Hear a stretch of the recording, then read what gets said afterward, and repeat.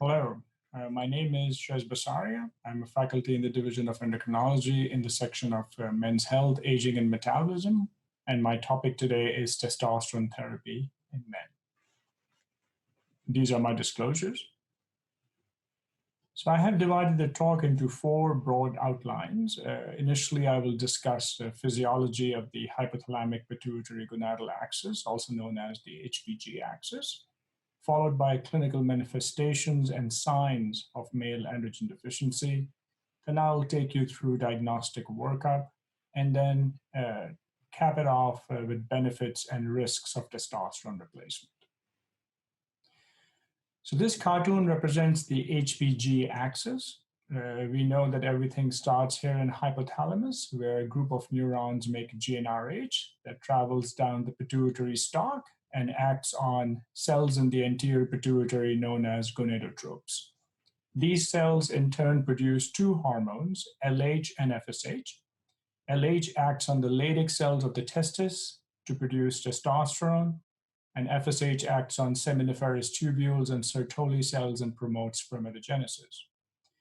In general, testes secrete 3 to 10 milligrams of testosterone daily, which roughly translates into serum levels between 300 to 1,000 nanograms per deciliter. Now, based on this range, in the past, arbitrarily, it was determined that 300 nanograms per deciliter is the lower limit of normal. But as you will learn in this talk, that the lower limit of cutoff is much lower than 300. There is diurnal rhythm of testosterone secretion, which is most evident in young, healthy men. And the peak levels occur in the early hours of the morning. And that's the reason when we evaluate a man for hypogonadism, they're asked to come in the morning hours for their blood test. Now, testosterone acts via androgen receptor and has a lot of actions on muscle, bone, and brain. It is responsible for bone strength, and it's anabolic to muscle. It promotes erythropoiesis, it gives sexual desire, but it's a prohormone because acting itself is one thing, but it is also metabolized into two active metabolites. Via 5-alpha reductase, it's converted to DHT, which acts via the same androgen receptor, and it's responsible for development and growth of the external genitalia and prostate. The role of DHT in postnatal life is controversial, but we do know that it is targeted when men present to us with BPH, and finasteride and other 5-alpha reductase inhibitors are used to shrink the prostate gland. Testosterone is also converted to estradiol via enzyme aromatase. Estradiol is not only a female hormone, it's a very important hormone in men, and it's responsible for bone strength, and it's even more anabolic to bone than testosterone itself. It also plays a role in male sexuality and is responsible for epiphyseal closure. Now, testosterone circulates in the blood in different forms. Approximately 1 to 2% of testosterone circulates as free form, and this is considered to be the active part of testosterone which goes inside the cell and acts on the nucleus and works in the transcription process. Around 50 to 60% is bound to albumin, and this binding to albumin is rather loose. So in times of need during tissue transit, testosterone can easily dissociate from albumin and becomes available to the tissues. And the remaining 40% is bound tightly to SHBG, or sex hormone binding globulin. So sometimes when you read in the literature the term bioavailable testosterone, it's basically the combination of free testosterone and albumin-bound testosterone, which is labeled as bioavailable. When I will take you through the evaluation of a hypogonadal man, you will see that we mostly rely on total testosterone and in some circumstances, free testosterone. We do not know what the lower limit of cutoff for bioavailable testosterone is, and that is why it's not used in the clinics when we see our patients. And it's also very difficult to measure by various laboratories. Now, definition and etiologies. This cartoon is rather simple but conveys the message. On the left, you see the cartoon of the normal HPG axis that we discussed a few slides back. In the middle is a cartoon depicting primary hypogonadism, which means problem lies at the level of the testis. There is decreased production of testosterone, loss of negative feedback, and in turn, there is increased secretion of gonadotropins. Also, in primary hypogonadism, when testes are affected, spermatogenesis may also be compromised. And another way to label this primary hypogonadal state is hypergonadotropic hypogonadism. On the right, you see a cartoon depicting secondary hypogonadal state, where problem resides either at the level of the hypothalamus or pituitary. There is decreased secretion of gonadotropins, decreased stimulation of the testes, and the end result is low testosterone and suppression of spermatogenesis. This is also known as hypogonadotropic hypogonadism. Now, in terms of clinical manifestations, it depends when hypogonadal state sets in. So on the left part of the slide, you see primary hypogonadal state and various etiologies, congenital and acquired, and on the right, secondary hypogonadism, congenital and acquired. Here, I will take you through the various etiologies. In terms of congenital forms, Klinefelter syndrome is one of the most common genetic conditions that can result in androgen deficiency and infertility. But there are some congenital states which only affect spermatogenesis. Y chromosome microdeletion is one such state that men are normally virilized, but they may present with infertility or subfertility. In terms of acquired causes of primary hypogonadism, it includes testicular trauma or torsion, testicular radiation, mumps, and other types of orchitis, chemotherapy, in particular alkylating agents, cyclophosphamide, chlorambucil, and certain infiltrative diseases. So any insult or damage that happens at the level of the testis can result in primary hypogonadism. In terms of secondary hypogonadism, again, congenital causes include Kallmann syndrome, where there is isolated deficiency of hypogonadotropic hypogonadism, and there are wide spectra of this condition. Some men may present with anosmia, some hyposmia, and some normosmia. But the bottom line is that testosterone levels are significantly low, and the gonadotropins are also low or inappropriately normal. In terms of acquired causes, hyperprolactinemia of any etiology can result in central hypogonadism because prolactin suppresses GnRH synthesis and release. Pituitary damage due to any reason, either tumors or infiltrative conditions or apoplexy, head trauma that results in stalk injury, medications. With the opioid epidemic, we are seeing such patients more often in our clinic. Opioids are potent suppressors of the gonadal axis, and even young men on opioid analgesics may present with testosterone levels which are in the castrate range. And supraphysiological doses of glucocorticoids can also suppress gonadal axis. These are some of the examples of secondary hypogonadal state. This patient presented with panhypopituitarism and had a thickening of the stalk. The patient also had diabetes insipidus, and he was found to have sarcoidosis. So this is one type of hypogonadal state due to infiltrative disease. And another condition which is also seen rarely, but one should be cognizant and in the evaluation of a hypogonadal man, iron studies is one thing that we usually recommend. And this patient presented with central hypogonadism and had hemochromatosis. On the right side, you see MRI of a normal man, and this is the density of the pituitary that you see on the MRI.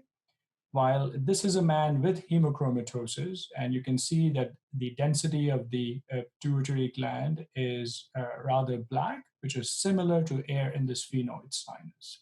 So these are important things to consider when you see a patient who has secondary hypogonadism. In terms of clinical features, as I mentioned briefly, it depends when the disease sets in the prepubertal age group or post-puberty. And I will take you through that slide in a moment. But it is important as clinicians for us to appreciate which symptoms are considered specific for androgen deficiency and which are non-specific. This slide is adapted from the recently published Endocrine Society guidelines on evaluation of male androgen deficiency. And suggestive symptoms include reduced libido and reduced sexual activity, decreased spontaneous erections, usually encountered in the early morning hours, incomplete or delayed puberty, gynecomastia, loss of body hair, testicular atrophy, infertility, and hot flashes. Important to appreciate that symptoms such as decreased energy, reduced muscle bulk, increased body fat, poor memory, or brain fog that majority of our patients present in the clinic are not specific for androgen deficiency. So one should be cognizant, and it is important when testosterone levels result back robustly normal, one should consider other etiologies for these symptoms. This tells you when a person presents with androgen deficiency and how dramatic manifestations are. So symptoms and signs are more dramatic when a person is prepubert or has encountered androgen deficiency prior to reaching puberty. These patients have testicular atrophy, micropenis, underdeveloped scrotum, anosmia may be present. Unicoidal proportions, arm span is 5 centimeters more than the actual height, decreased body hair, high-pitched voice, and osteoporosis and low muscle mass. In post-pubertal onset states, symptoms and signs may not be that dramatic, but some of the specific symptoms, as I mentioned, decreased libido and spontaneous erections, testicular atrophy, vasomotor symptoms, gynecomastia, and osteoporosis. But these men generally have normal skeletal proportions, normal penile length, normal voice, and normal prostate size. This is Prader or pedometer, which we carry in our pockets when we go to the clinic. These beads represent testicular volume. Normal volume is considered 15 cc's or higher. And these smaller beads are the beads that you see in patients who have Klinefelter syndrome or Kallmann syndrome. Sometimes profound testicular atrophy in the aftermath of mumps or chitis can also result in significant testicular atrophy. And the way to examine patients is that you glove up and take one testis on the side of the scrotum with one hand, and you flip the beads with the other hand, and whatever approximates best, that is your approximate testicular volume. It is a crude method, but it is associated or approximates very well with sonographic volume measurements. One should be cognizant that hyperprolactinemia due to any etiology is an important cause of secondary hypogonadism. And although galactorrhea is more commonly seen in women with prolactinomas than men, but men can also present. And this is one of my patients who presented with prolactinoma and had galactorrhea. Huge prolactinoma with prolactin in the range of 23,000 after dilution. And after 2 years of treatment with dopamine agonists, there was significant reduction of the tumor size. So it's important to know the etiology because treatment might be different. You won't give testosterone to these men. You try to control the cause, which is resulting in testosterone deficiency. Diagnostic workup. It is important to appreciate that evaluation and diagnosis of male androgen deficiency should be done in an ambulatory setting. The reason being when patients are hospitalized and are acutely or subacutely sick, there's an adaptive response of the body that testosterone does go down in times of sickness. And that's why it is good to postpone evaluation until you see these patients in your clinic. Important to make sure that the signs and symptoms are ascertained. Total testosterone in the morning, fasting with a reliable assay is the first step. If total testosterone is less than 264, which is the new cutoff suggested by Endocrine Society guidelines, then one could potentially proceed with further workup, which involves a repeat morning total testosterone. So a single testosterone is not sufficient. You at least should have two values. And if it is again less than 264, then one can move forward to measure gonadotropins to determine whether a person has primary hypogonadism. If that's the case, one should consider iron studies, and you might wish to do karyotyping to rule out Klinefelter syndrome. If it is secondary, then prolactin measurement, iron studies again, because it can cause both primary and secondary hypogonadism. One should make sure that you have medication lists and they are not on opioids or glucocorticoids. And based on the clinical setting, you may decide to measure other pituitary hormones and may wish to consider MRI if you think it's clinically indicated. Now, I mentioned here free testosterone. Usually, total testosterone is the best screening test, but there are some medical conditions which I will mention in the next few slides where there are alterations of serum SHBG concentrations. In those situations, free testosterone would be of great value because total testosterone might be unreliable. So before discussing those conditions, I have a question for you. Which of the following conditions results in reduced serum sex hormone binding globulin levels? A, hyperthyroidism, B, liver disease, C, obesity, D, HIV disease. And the correct answer is obesity. And I'm sure that many of you may have thought about this condition. Obesity results in insulin resistance, and hyperinsulinemia suppresses SHBG synthesis in the liver. And this is one condition in which total testosterone might be low, but free testosterone is often normal. So one runs the risk of overdiagnosing a person with androgen deficiency if you do not check free testosterone. All the other conditions are associated with increased SHBG levels. So these are the conditions. Let's talk about those states which result in increased levels of sex hormone binding globulin: aging, thyrotoxicosis of any etiology, hyperestrogenemia, liver disease, HIV. Here, a person might have androgen deficiency with classic symptoms, but SHBG levels might be so high that total testosterone may be spuriously normal. And if you don't measure free testosterone, you may miss the diagnosis. But most concern we have are with these conditions, which are on the right side of the screen. Conditions which result in decreased levels of SHBG. Obesity, insulin resistance, and diabetes are extremely common. And you will have patients presenting with non-specific symptoms, and total testosterone would be low because of low SHBG. And if you just stop there, you will overdiagnose the patient with androgen deficiency and you will start treating them. What one should do in these conditions is pause and take one step further and measure free testosterone to make sure you make an accurate diagnosis, and often you rule out androgen deficiency.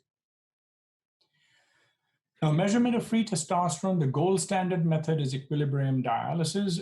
Many commercial labs, such as Quest, LabCorp, and Mayo Clinic Lab, which has a contract with Brigham and Women's Hospital because our labs go to them, they measure free testosterone with equilibrium dialysis and total testosterone by liquid chromatography mass spectrometry, both gold standard. So in some institutions, providers are lucky enough to have access to the gold standard methodologies. But if you do not have free testosterone measurement available by equilibrium dialysis, calculation of free testosterone is generally reliable. What you need is a total testosterone by mass spectrometry, and both commercial labs, Quest and LabCorp, are now offering that. You check that, you measure SHBG concentrations, and you should have an albumin. And if you Google, there's a formula available online, free testosterone calculator. And if you punch in these values, you will get free testosterone. And it is generally believed that 50 picograms per ml is the lower limit of cutoff for free testosterone. What I would encourage you not to do is check free testosterone in your own hospital laboratories, because analog assays are used to measure free testosterone, and it can be either under or overestimated by around 10 to 15%. So either use equilibrium dialysis or do calculation on your desktop with the free T calculator. Now, once you have made the diagnosis of androgen deficiency and you are thinking about testosterone replacement, you should make sure that there are no contraindications. And they include metastatic prostate cancer, breast cancer, prostate nodule or induration on baseline DRE, unless urology evaluation has been performed and a person has been deemed safe or biopsies have been negative. Baseline PSA more than 4 in Caucasian men and more than 3 in African American men, and those men with first order relatives with history of prostate cancer. Unless evaluation is negative, one should consider consulting with urology before initiating treatment. If urology has approved or cleared those men for treatment, then you can safely proceed with treating them. Severe lower urinary tract symptoms, erythrocytosis at baseline, uncontrolled CHF are also contraindications. Testosterone causes salt and water retention. So if CHF is uncontrolled, you can tip them over and exacerbate it. And a person who has immediate desire for fertility, one should rethink about starting testosterone, because testosterone can suppress the axis further, and there could be further decrement in sperm count.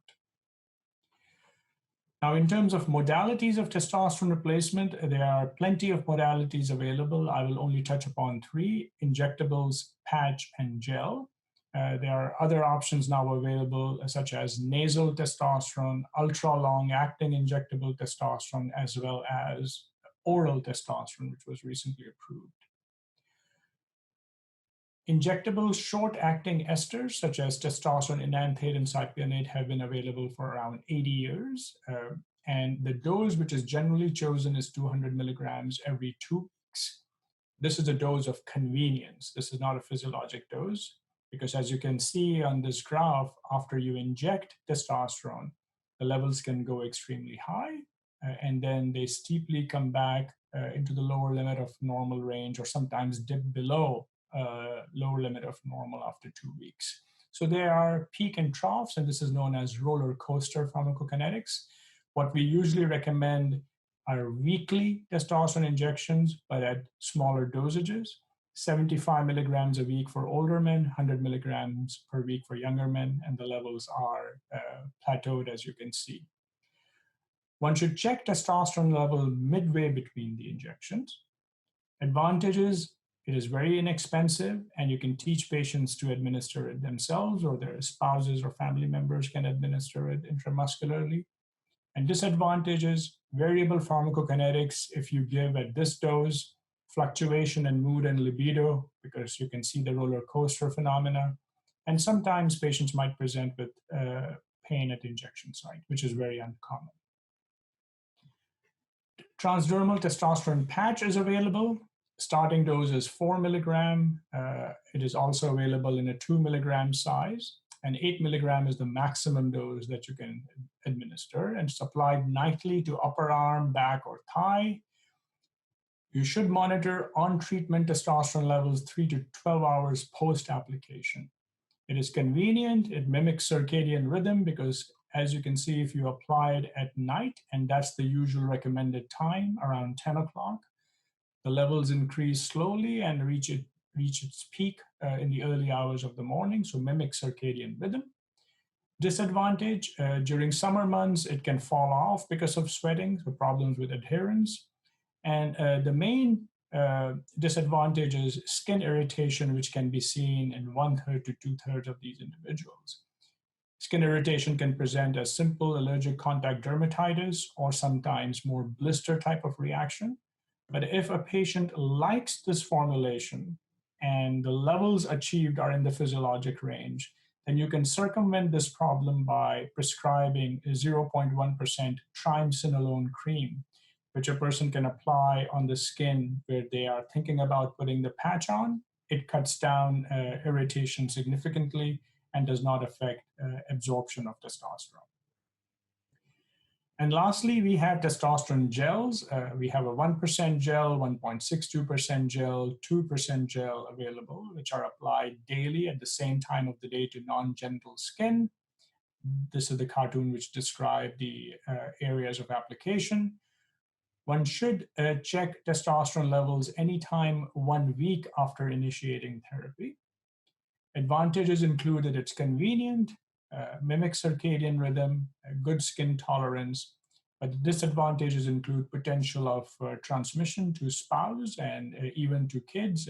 You have cases of precocious pseudopuberty in some kids when dads or granddads may have picked up their kids without covering that area where they had applied the gel.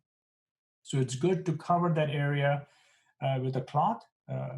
Keep it open for 10 to 15 minutes after applying it so it dries. Then you can wear your shirt on and make sure that that shirt remains on if you are picking up a child. Skin irritation is much less common. And these are the pharmacokinetics with 5 milligram and 10 milligram gels. In terms of benefits, there are quite a few benefits of testosterone replacement. The green ones are the benefits which are well known in those men who have organic hypogonadism. By that, I mean structural problems related to hypothalamus, pituitary, or testes when testosterone levels are clearly low. In young men who present, testosterone can improve masculinization or virilization, muscle mass, sexual function, and bone density. The gray areas, cognition, depression, quality of life, and physical function, I have put those in because there is a tendency nowadays to even prescribe testosterone to those older men who present with age-related decline in testosterone, where there is nothing organically wrong with hypothalamus, pituitary, or testes. And data have shown that testosterone replacement does not improve memory, does not necessarily improve depression. Quality of life data are mixed. And although it improves muscle mass and muscle strength, it has not always translated into improvement in physical function, which we desire in older men. Now, before moving to the adverse effects of testosterone replacement, I have another question for you. What is the most common side effect observed in clinical trials of testosterone replacement? A, thromboembolism, B, erythrocytosis, C, prostate cancer, D, obstructive sleep apnea. And I'm sure many of you have thought about this. The correct answer is erythrocytosis. When you see clinical trials of testosterone replacement, men randomized to testosterone usually develop more erythrocytosis compared to men in the placebo arm. And before erythropoietin was discovered, androgens was the treatment for many types of refractory anemias. There are mixed data on thromboembolism. Some studies have shown that it might promote, but quite a few have shown that it does not. So the jury is out. Testosterone does not cause prostate cancer, and in trials of testosterone replacement, men on testosterone were not found to have higher incidence of prostate cancer compared to placebo, but no trial has been powered to detect it. So one has to be cautious. And mixed data in terms of worsening of obstructive sleep apnea with testosterone. So these are the adverse effects. Some of them I mentioned in the previous slide, but today I'm just going to briefly touch upon 3: erythrocytosis, prostate, and cardiovascular. So in terms of erythrocytosis, As I mentioned, if you look at clinical trials of testosterone replacement, uh, hematocrit greater than 50 or 52%, this is the side effect which is seen most often in men randomized to testosterone versus placebo compared to any other side effect. So Endocrine Society has come up with some guidelines. One should make sure that a person does not have erythrocytosis to start with, baseline hematocrit greater than 48%, or those who live in high altitudes such as Colorado. If your hematocrit is greater than 50, one should make sure that you evaluate for underlying sleep apnea or hypoxic condition before you start treatment, because it's going to go up with testosterone replacement. Once you have started a person on testosterone, hematocrit should be checked at 3 to 6 months after treatment initiation and then annually. Men who are older and who are on high doses of injections, those 200 milligrams every 2 weeks, those are the ones at the highest risk of erythrocytosis. Once you encounter erythrocytosis, defined as hematocrit greater than 54%, you should evaluate for hypoxia and sleep apnea, stop treatment or pause treatment to make sure that hematocrit normalizes, and you can reinitiate at a lower dose. One should also use the option of therapeutic phlebotomy if you want to bring down hematocrit levels rapidly. In terms of prostate, testosterone does not cause prostate cancer. We know that from various studies, although they were not designed to look at incident prostate cancer as the primary outcome. But there's always a concern because presence of occult prostate cancer is very common in older individuals. And the theoretical concern has always been that if we start testosterone to these men, and if they have an occult focus, would it get exacerbated? This concern remains theoretical, but basically it gives us a pause and makes sure that we are monitoring our patients, especially older age group patients, very closely if they need testosterone replacement for any reason. So Endocrine Society guidelines suggest that no screening is needed with PSA for men who are under 40 years. So if you have a young man who is hypogonadal and you need to start testosterone, you do not necessarily need to measure PSA prior to initiation of treatment. But in men 55 to 69, and if a man is at higher risk, even starting at age 40, you should consider, and you could consider checking PSA. Men with these contraindications that I have touched upon, one should counsel against testosterone therapy. But if a person does not have contraindication and you have started testosterone replacement, PSA can be checked at 3 months and then 12 months post-treatment, and then based on age and race recommendations. So usually in clinics, after this time point, we do it annually. One should cease treatment if you detect a nodule, which needs to be evaluated, or if there is a delta PSA change greater than 1.4 nanograms per ml, because this delta cannot be explained by PSA assay variation. So this is something which should trigger further evaluation. And if the absolute PSA goes greater than 4, this does not mean that they have cancer. This simply means that you should be cognizant that they need more evaluation, and you can consult your urology colleagues. Once they are evaluated and cleared by urologists, then you can safely continue treatment. And lastly, cardiovascular disease, and this is the most controversial area, but I would say rather easier to address at this point because there are no concrete data suggesting that testosterone can lead to cardiovascular disease, nor concrete data suggesting that it is safe. There are some studies that have shown increased cardiovascular events in men who got testosterone compared to placebo.